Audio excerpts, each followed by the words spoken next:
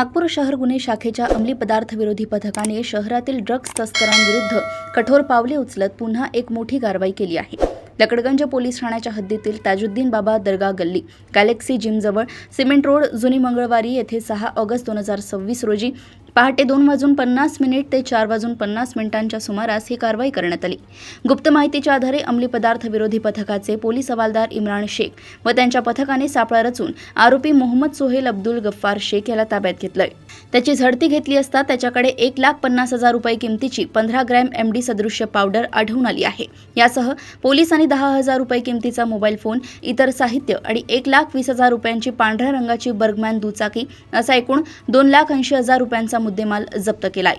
तपासादरम्यान या गुन्ह्यात NDPS कायद्याअंतर्गत आधीच गुन्हेगारी नोंद असलेला आरोपी मोहम्मद नौशाद इम्रान मलिक याचाही सहभाग असल्याचं समोर आले असून तो सध्या फरार आहे।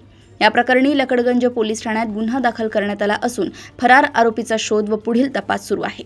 ही कारवाई अंमली पदार्थ विरोधी पथकाचे पोलीस निरीक्षक भारत क्षीरसागर यांच्या नेतृत्वाखाली यशस्वीरित्या पार पडली आहे।